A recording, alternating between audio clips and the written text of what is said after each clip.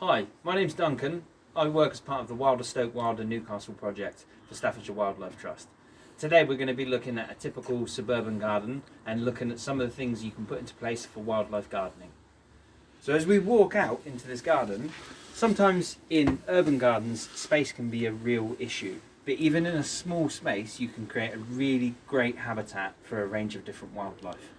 So as we walk through this garden, we can see that there is lots of different planting at different levels, which is going to really benefit different invertebrates.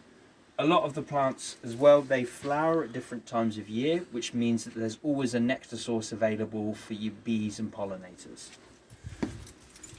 As we walk over here, we've got a small raised pond. Often people think a pond is not achievable in a small garden. It doesn't have to be a dug-in pond, it can be a small container pond. But if you are doing a container pond, it's always important that you have either an easy access point or a slope on one side of the pond, which allows amphibians and small mammals to climb in the pond and, more importantly, to get out of the pond.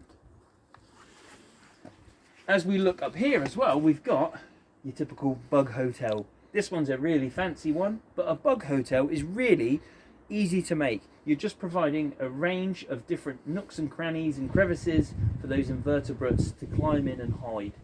This one is south facing, which is really important so it warms up. The last thing you want with a mini beast hotel or a mini beast house like this is it to face the north, which is where the prevailing wind comes from.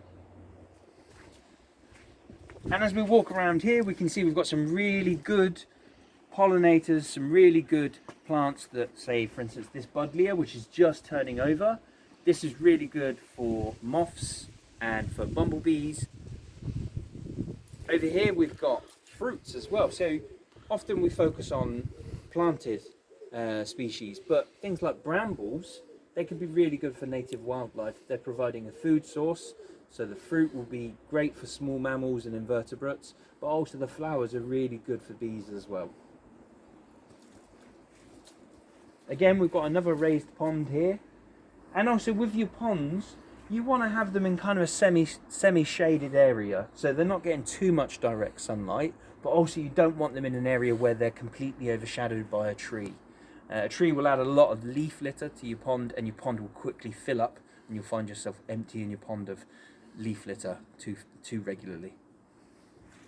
Even the provision of a nice thick dense hedge. This one is mainly hawthorn in here. This is going to be a really good nesting habitat, so all sorts of songbirds are going to feel really secure to nest inside this hedge. We've got some more bird features here. Particularly with the hot weather we face this year, it's really important to have a bird bath for them to drink, but also for them to bathe as well.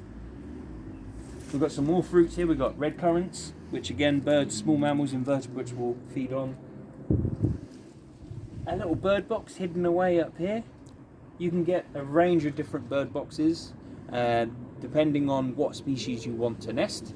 It's usually dictated by the size of the hole on the bird box, which will allow different species to get access. And we've got a bird feeding station over here, so the birds can come in and easily feed. And a must-have, I think, for every garden is either a compost heap or some deadwood. A lot of our invertebrates in the UK are reliant on deadwood habitats. So just providing a small pile of deadwood is ideal for all sorts of different invertebrates, which in turn are going to feed your friendly hedgehog and your songbirds as well. This deadwood is particularly good because it's partially dug into the soil, which is great for beetle larvae, because when they go from the larvae to pupate, they often want to go into the soil to pupate. And this is a typical suburban garden. It's only a small space, but there's a lot going on.